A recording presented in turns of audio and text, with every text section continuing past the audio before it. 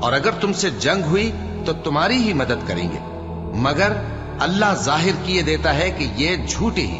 اگر وہ نکالے گئے تو یہ ان کے ساتھ نہیں نکلیں گے، اور اگر ان سے جنگ ہوئی تو یہ ان کی مدد نہیں کریں گے، اور اگر مدد کریں گے بھی تو پیٹ پھیر کر بھاگ جائیں گے، پھر ان کو کہیں سے بھی مدد نہ ملے گی۔ مسلمانوں، تمہاری ہیبت ان لوگوں کے دلوں میں اللہ سے بھی بڑھ کر ہے، یہ اس لیے کہ یہ سمجھ نہیں رکھتے۔ یہ سب جمع ہو کر بھی تم سے نہیں لڑ سکیں گے، مگر بستیوں کے قلعوں میں پناہ لے کر یا دیواروں کی اوٹ سے۔ ان کے آپس میں بھی بڑی لڑائی رہتی ہے، تم خیال کرتے ہو کہ یہ اکٹھے ہیں، حالانکہ ان کے دل پھٹے ہوئے ہیں۔ یہ اس لیے کہ یہ بے عقل لوگ ہیں۔ ان کا حال ان لوگوں کا سا ہے جو ان سے کچھ ہی پیشتر اپنے کرتوت کی سزا کا مزہ چکھ چکے ہیں، اور ان کے لیے دکھ دینے والا عذاب تیار ہے۔ منافقوں کی مثال شیطان کی سی ہے کہ انسان سے کہتا رہا کہ کافر ہو جا، پھر جب وہ کافر ہو گیا تو کہنے لگا کہ مجھے تجھ سے کچھ سروکار نہیں، مجھ کو تو اللہ رب العالمین سے ڈر لگتا ہے۔ تو دونوں کا انجام یہ ہوا کہ دونوں دوزخ میں جائیں گے، ہمیشہ اس میں رہیں گے، اور بے انصافوں کی یہی سزا ہے۔ اے ایمان والو، اللہ سے ڈرتے رہو، اور ہر شخص کو دیکھنا چاہیے کہ اس نے کل یعنی آخرت کے لیے کیا سامان بھیجا ہے۔ اور ہم پھر کہتے ہیں کہ اللہ سے ڈرتے رہو، بے شک اللہ تمہارے سب اعمال سے خبردار ہے۔ اور ان لوگوں جیسے نہ ہو جانا جنہوں نے اللہ کو بھلا دیا تو اللہ نے انہیں ایسا کر دیا کہ وہ خود اپنے آپ کو بھول گئے۔ یہی لوگ ہیں نافرمان۔ اہل دوزخ اور اہل بہشت برابر نہیں، اہل بہشت ہی کامیابی حاصل کرنے والے ہیں۔ اگر ہم یہ قرآن کسی پہاڑ پر نازل کرتے تو تم اس کو دیکھتے کہ اللہ کے خوف سے دبا اور پھٹا جاتا ہے، اور یہ مثالیں ہم لوگوں کے لیے بیان کرتے ہیں تاکہ وہ غور کریں۔ وہی اللہ ہے جس کے سوا کوئی معبود نہیں، پوشیدہ اور ظاہر کا جاننے والا، وہ بڑا مہربان ہے، نہایت رحم والا ہے۔ وہی اللہ ہے جس کے سوا کوئی عبادت کے لائق نہیں، بادشاہ حقیقی، ہر عیب سے پاک، سلامتی دینے والا، امن دینے والا، نگہبان، غالب، زبردست، بڑائی والا۔ اللہ مشرکوں کے شرک سے پاک ہے۔ وہی اللہ تمام مخلوقات کا خالق، ایجاد و اختراع کرنے والا، صورتیں بنانے والا، اس کے سب اچھے سے اچھے نام ہیں۔ جتنی چیزیں آسمانوں اور زمین میں ہیں سب اس کی تسبیح کرتی رہتی ہیں، اور وہ غالب ہے، حکمت والا ہے۔ شروع اللہ کا نام لے کر جو بڑا مہربان نہایت رحم والا ہے۔ مومنو، اگر تم میری راہ میں لڑنے اور میری خوشنودی طلب کرنے کے لیے مکے سے نکلے ہو تو میرے اور اپنے دشمنوں کو دوست نہ بناؤ۔ تم تو ان کو دوستی کے پیغام بھیجتے ہو، اور وہ دین حق سے جو تمہارے پاس آیا ہے منکر ہیں، اور اس وجہ سے کہ تم اپنے پروردگار یعنی اللہ تعالیٰ پر ایمان لائے ہو، پیغمبر صلی اللہ علیہ وآلہ وسلم کو اور تم کو جلا وطن کرتے ہیں۔ تم ان کی طرف پوشیدہ دوستی کے پیغام بھیجتے ہو، اور جو کچھ تم مخفی طور پر اور جو علل اعلان کرتے ہو وہ مجھے معلوم ہے، اور جو کوئی تم میں سے ایسا کرے گا وہ سیدھے رستے سے بھٹک گیا۔ اگر یہ کافر تم پر قدرت پالیں تو تمہارے دشمن ہو جائیں، اور ایذا کے لیے تم پر ہاتھ بھی چلائیں اور زبانیں بھی، اور یہ چاہتے ہیں کہ تم کسی طرح کافر ہو جاؤ۔ قیامت کے دن نہ تمہارے رشتے ناتے کام آئیں گے اور نہ اولاد۔ اس روز وہی تم میں فیصلہ کرے گا، اور جو کچھ تم کرتے ہو اللہ اس کو دیکھتا ہے۔ مسلمانوں، تمہیں ابراہیم اور ان کے رفقا کی نیک سیرت کو اپنانا ضروری ہے۔ جب انہوں نے اپنی قوم کے لوگوں سے کہا کہ ہم تم سے اور ان بتوں سے جن کو تم اللہ کے سوا پوجتے ہو بے تعلق ہیں، ہم تمہارے معبودوں کے کبھی قائل نہیں ہو سکتے، اور جب تک تم ایک اللہ پر ایمان نہ لاؤ ہم میں تم میں ہمیشہ کھلم کھلا عداوت اور دشمنی رہے گی۔ ہاں، ابراہیم نے اپنے باپ سے یہ ضرور کہا تھا کہ میں آپ کے لیے مغفرت مانگوں گا، اور میں اللہ کے سامنے آپ کے بارے میں کسی چیز کا کچھ اختیار نہیں رکھتا۔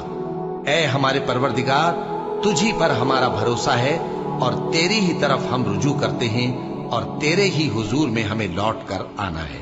اے ہمارے پروردگار، ہم کو کافروں کے ذریعے فتنے میں نہ ڈالنا، اور اے ہمارے پروردگار ہمیں معاف فرما، بے شک تو غالب ہے، حکمت والا ہے۔ تم مسلمانوں کو یعنی جو کوئی اللہ کے سامنے جانے اور روز آخرت کے آنے کی امید رکھتا ہو اسے ان لوگوں کی نیک سیرت اپنانی چاہیے، اور جو روگردانی کرے تو اللہ بھی بے نیاز ہے، لائق حمد و ثنا ہے۔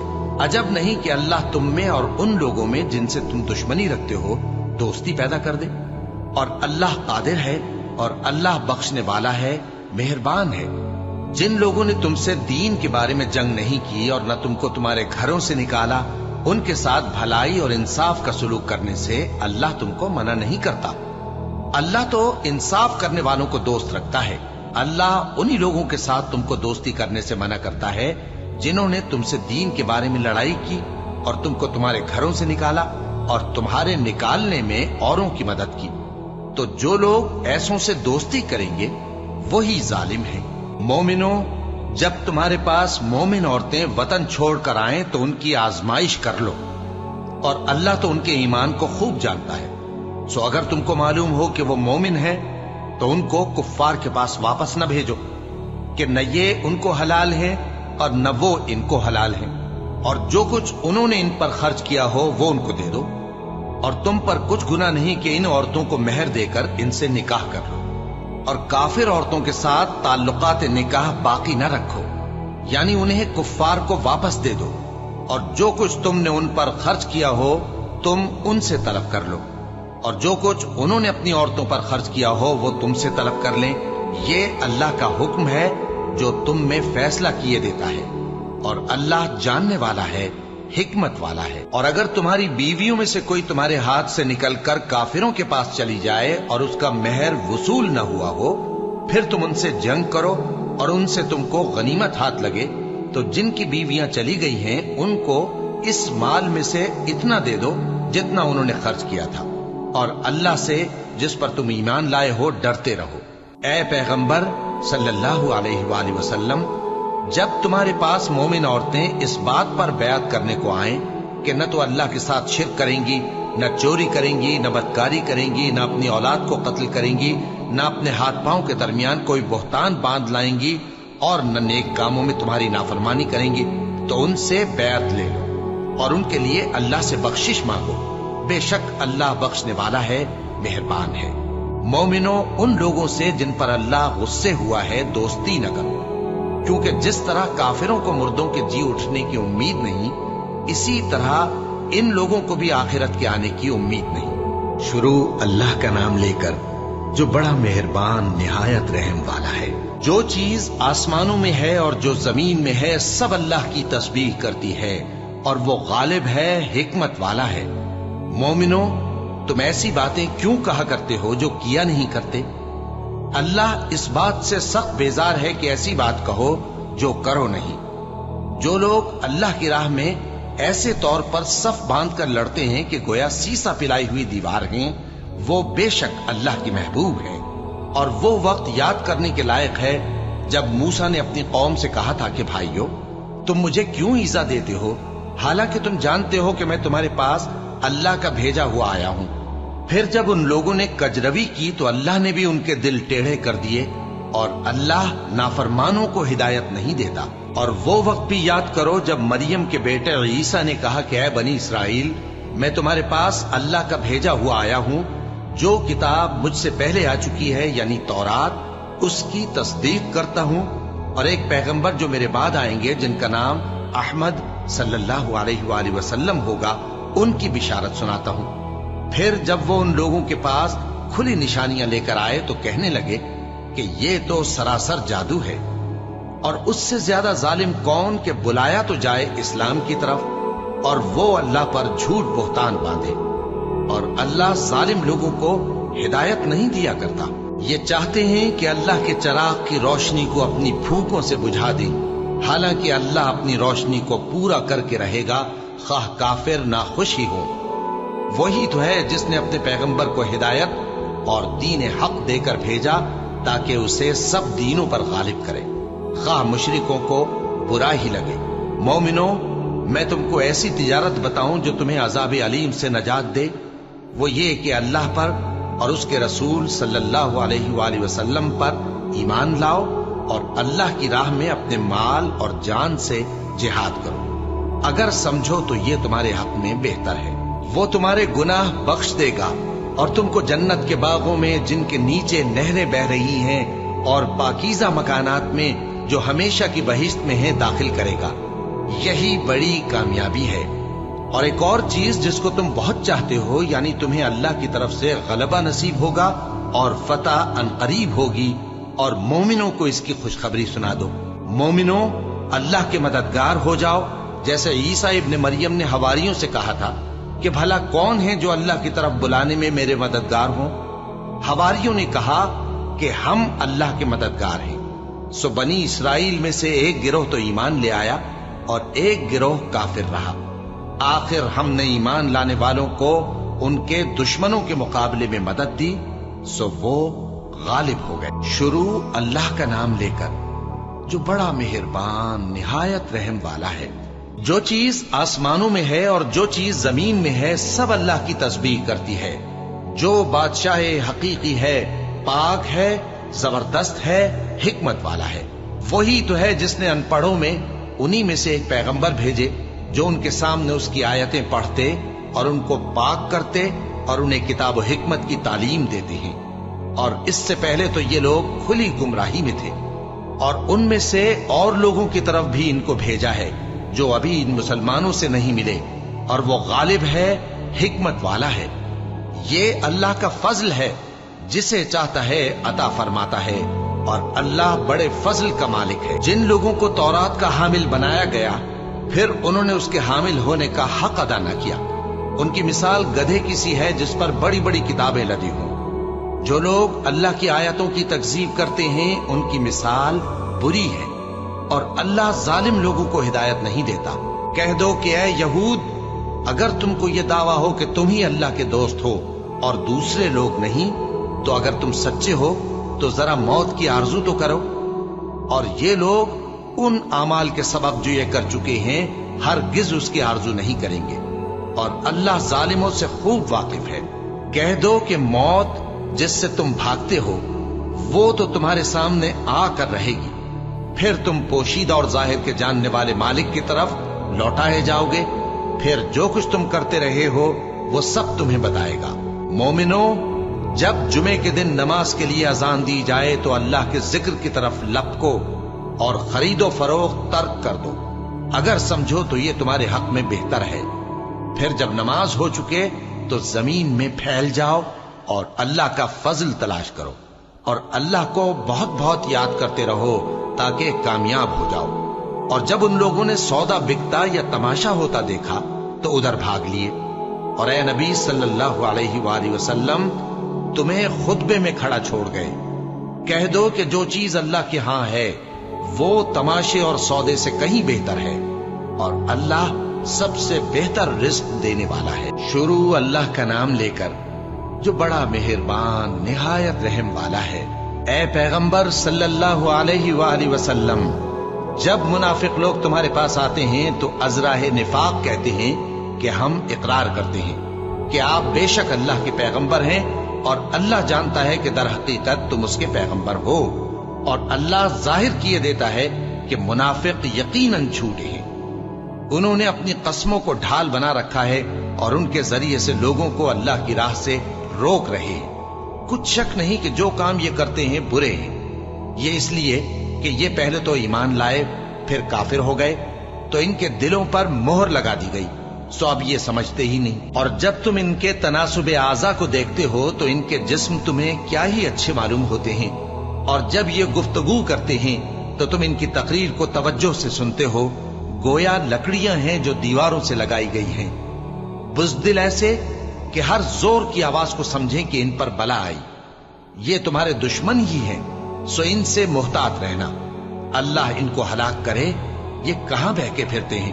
اور جب ان سے کہا جائے کہ آؤ رسول اللہ صلی اللہ علیہ وآلہ وسلم تمہارے لیے مغفرت مانگیں، تو سر ہلا دیتے ہیں، اور تم ان کو دیکھو کہ تکبر کرتے ہوئے رکے ہی رہتے ہیں۔ تم ان کے لیے مغفرت مانگو یا نہ مانگو، ان کے آگے برابر ہے، اللہ ان کو ہرگز نہ بخشے گا، بے شک اللہ نافرمان لوگوں کو ہدایت نہیں دیا کرتا۔ یہی ہیں جو کہتے ہیں کہ جو لوگ رسول اللہ صلی اللہ علیہ وآلہ وسلم کے پاس ہیں ان پر کچھ خرچ نہ کرو یہاں تک کہ وہ خود بخود بھاگ جائیں۔ حالانکہ آسمانوں اور زمین کے خزانے اللہ ہی کے ہیں، لیکن منافق نہیں سمجھتے۔ کہتے ہیں کہ اگر ہم لوٹ کر مدینے پہنچے تو عزت والے ذلیل لوگوں کو وہاں سے نکال باہر کریں گے، حالانکہ عزت اللہ کی ہے اور اس کے رسول صلی اللہ علیہ وآلہ وسلم کی اور مومنوں کی، لیکن منافق نہیں جانتے۔ مومنوں، تمہارا مال اور اولاد تم کو اللہ کی یاد سے غافل نہ کر دے، اور جو ایسا کرے گا تو وہ لوگ خسارہ پانے والے ہیں۔ اور جو مال ہم نے تم کو دیا ہے اس میں سے اس وقت سے پیشتر خرچ کر لو کہ تم میں سے کسی کی موت آ جائے تو اس وقت کہنے لگے کہ اے میرے پروردگار، تو نے مجھے تھوڑی سی اور مہلت کیوں نہ دی تاکہ میں خیرات کر لیتا اور نیک لوگوں میں داخل ہو جاتا۔ اور جب کسی کی موت آ جاتی ہے تو اللہ اس کو ہرگز مہلت نہیں دیتا، اور جو کچھ تم کرتے ہو اللہ اس سے خبردار ہے۔ شروع اللہ کا نام لے کر جو بڑا مہربان نہایت رحم والا ہے۔ جو چیز آسمانوں میں ہے اور جو چیز زمین میں ہے سب اللہ کی تسبیح کرتی ہے، اسی کی سچی بادشاہی ہے اور اسی کی تعریف ہے، اور وہ ہر چیز پر قادر ہے۔ وہی تو ہے جس نے تم کو پیدا کیا، پھر کوئی تم میں کافر ہے اور کوئی مومن، اور جو کچھ تم کرتے ہو اللہ اس کو دیکھتا ہے۔ اسی نے آسمانوں اور زمین کو حکمت سے پیدا کیا، اور اسی نے تمہاری صورتیں بنائیں اور صورتیں بھی اچھی بنائیں، اور اسی کی طرف تمہیں لوٹ کر جانا ہے۔ جو کچھ آسمانوں اور زمین میں ہے وہ سب جانتا ہے، اور جو کچھ تم چھپا کر کرتے ہو اور جو کھلم کھلا کرتے ہو اس سے بھی آگاہ ہے، اور اللہ دلوں کے بھیدوں تک سے واقف ہے۔ کیا تم کو ان لوگوں کے حال کی خبر نہیں پہنچی جو پہلے کافر ہوئے تھے؟ تو انہوں نے اپنی کرتوت کی سزا کا مزہ چکھ لیا، اور ابھی دکھ دینے والا عذاب اور ہونا ہے۔ یہ اس لیے کہ ان کے پاس پیغمبر کھلی نشانیاں لے کر آتے تو وہ کہتے کہ کیا ایک آدمی ہمیں ہدایت کرے گا؟ تو انہوں نے ان کو نہ مانا اور منہ پھیر لیا، اور اللہ بھی بے نیاز ہو گیا، اور اللہ بے نیاز ہے، لائق حمد و ثنا ہے۔ جو لوگ کافر ہیں ان کا اعتقاد ہے کہ وہ دوبارہ ہرگز نہیں اٹھائے جائیں گے۔ کہہ دو کیوں نہیں؟ میرے پروردگار کی قسم تم ضرور اٹھائے جاؤ گے، پھر جو کام تم کرتے رہے ہو وہ تمہیں بتائے جائیں گے، اور یہ بات اللہ کو آسان ہے۔ تو اللہ پر اور اس کے رسول صلی اللہ علیہ وآلہ وسلم پر اور اس نور یعنی قرآن پر جو ہم نے نازل فرمایا ہے ایمان لاؤ، اور اللہ تمہارے سب اعمال سے خبردار ہے۔ جس دن وہ تم کو اکٹھا کرے گا یعنی حشر کے دن، وہ نقصان اٹھانے کا دن ہے، اور جو شخص اللہ پر ایمان لائے اور نیک عمل کرے وہ اس سے اس کی برائیاں دور کر دے گا، اور جنت کے باغوں میں جن کے نیچے نہریں بہ رہی ہیں داخل کرے گا۔ وہ ہمیشہ ہمیشہ ان میں رہیں گے، یہی بڑی کامیابی ہے۔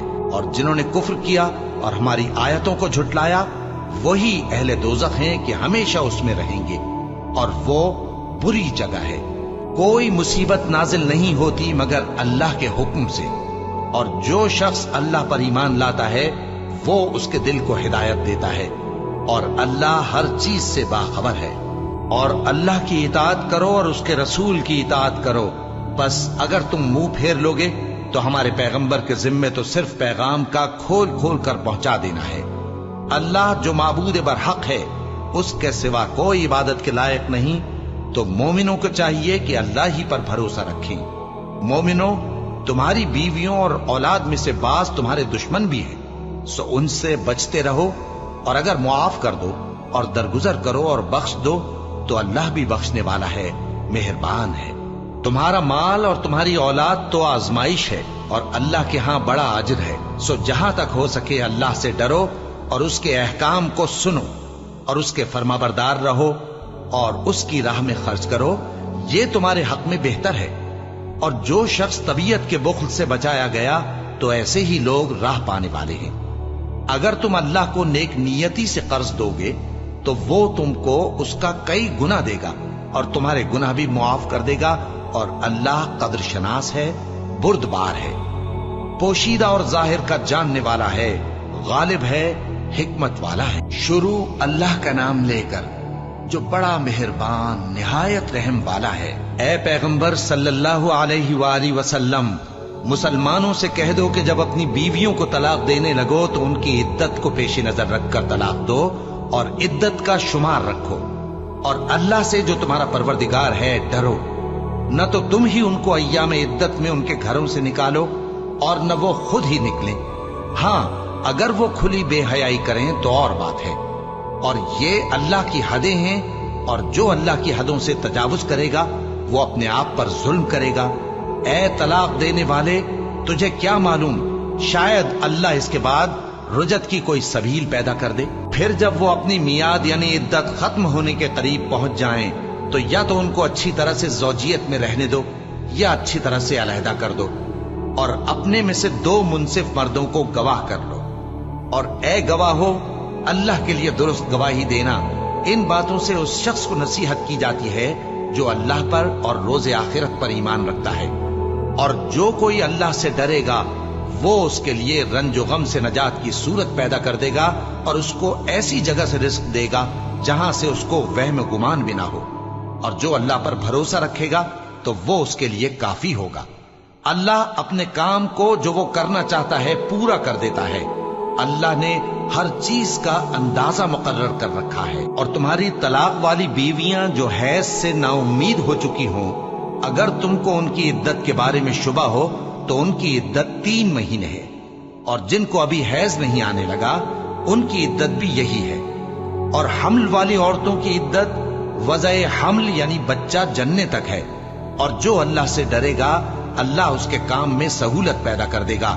یہ اللہ کا حکم ہے جو اس نے تم پر نازل کیا ہے، اور جو اللہ سے ڈرے گا وہ اس سے اس کے گناہ دور کر دے گا اور اسے اجر عظیم بخشے گا۔ طلاق والی عورتوں کو ایام عدت میں اپنی حیثیت کے مطابق وہیں رکھو جہاں خود رہتے ہو، اور ان کو تنگ کرنے کے لیے تکلیف نہ دو، اور اگر وہ حمل سے ہوں تو بچہ پیدا ہونے تک ان کا خرچ دیتے رہو، پھر اگر وہ بچے کو تمہارے کہنے سے دودھ پلائیں تو ان کو ان کی اجرت دے دو، اور بچے کے بارے میں پسندیدہ طریق سے موافقت رکھو، اور اگر باہم ضد اور نا اتفاقی کرو گے تو بچے کو اس کے باپ کے کہنے سے کوئی اور عورت دودھ پلائے گی۔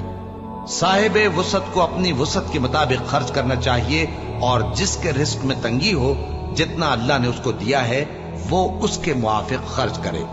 اللہ کسی کو زیر بار نہیں کرتا مگر اسی کے لحاظ سے جتنا اس کو دیا ہے، اور اللہ ان قریب تنگی کے بعد آسانی کر دے گا۔ اور بہت سی بستیوں کے رہنے والوں نے اپنے پروردگار اور اس کے پیغمبروں کے احکام سے سرکشی کی تو ہم نے ان کو سخت حساب میں پکڑ لیا اور ان پر ایسا عذاب نازل کیا جو نہ دیکھا تھا نہ سنا، سو انہوں نے اپنے کاموں کی سزا کا مزہ چکھ لیا اور ان کا انجام نقصان ہی تو تھا۔